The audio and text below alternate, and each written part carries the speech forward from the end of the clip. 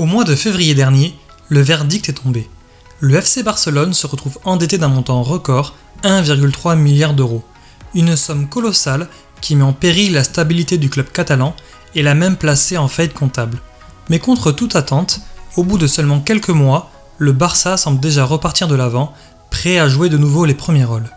Alors si vous souhaitez savoir comment le club catalan a réussi l'exploit de redevenir compétitif aussi rapidement, ne loupez pas la suite de cette vidéo. Et but!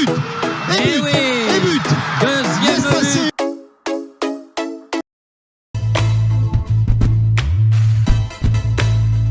La réalité a surpassé tout ce que nous imaginions.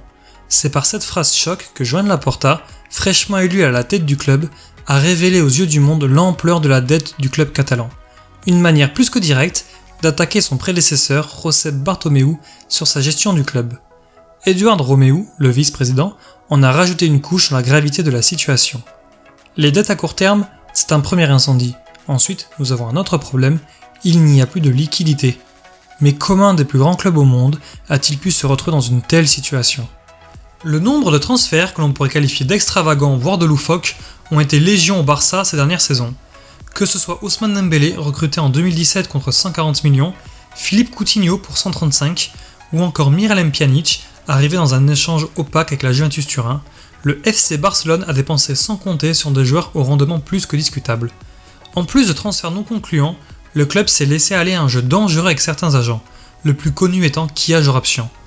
Homme d'affaires de 51 ans, il s'est fait connaître dans le monde du football au tout début des années 2000, avec les transferts de Carlos Tevez et Javier Mascherano du club des Corinthians vers West Ham United.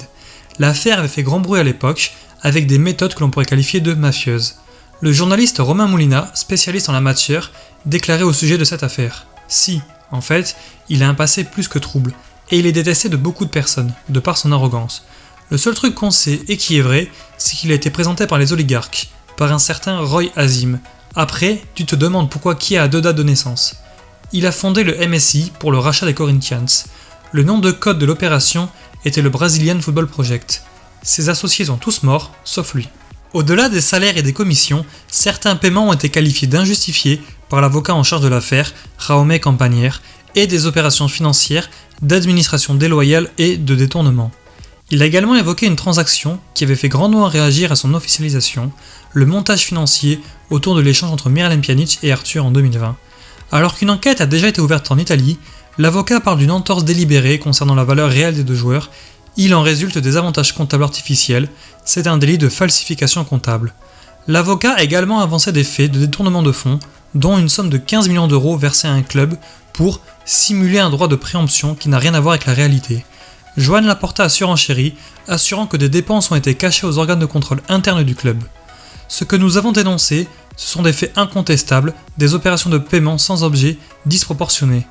Désormais, le bureau du procureur doit déterminer, savoir si ces comportements sont un crime. Le FC Barcelone a assuré que l'intégralité des documents a été transmis à la justice. Joan Laporta a conclu ce dossier en déclarant « Nous avons fait cette enquête parce que les membres du club ont le droit de connaître les actions qui les ont conduits à la ruine et parce que nous ne voulons pas être les complices de ces actions. » Le FC Barcelone vient de frapper un gros coup sur le marché des transferts avec les arrivées de Rafinha en provenance de Leeds et surtout celle de Robert Lewandowski, l'un des meilleurs joueurs de la planète football. Un joli coup double qui a coûté plus de 100 millions au club catalan. Mais une question se pose, comment le club a-t-il les moyens de payer ces transferts ? Le premier levier activé par les nouveaux dirigeants a été d'étaler la dette. Initialement, le club devait la rembourser avant le 30 juin 2021.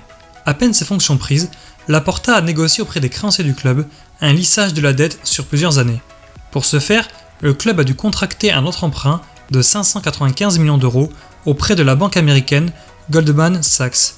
Cet emprunt a également permis au club de bénéficier de liquidités et de payer les salaires en retard des joueurs. Le second pilier de cette reconquête concerne la vente de ses propres actifs.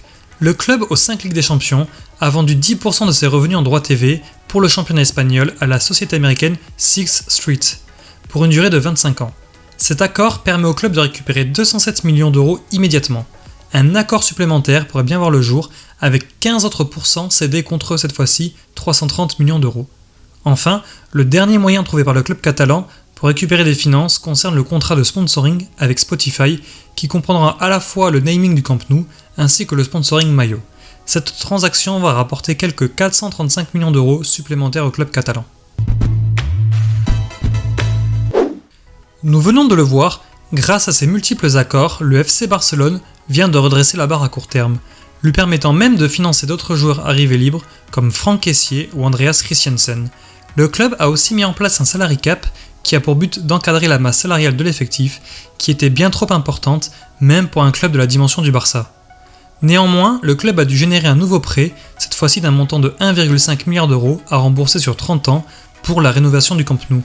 La vente immédiate d'une partie de ses actifs sera également un manque à gagner important pour le club, et ce pendant de très nombreuses années.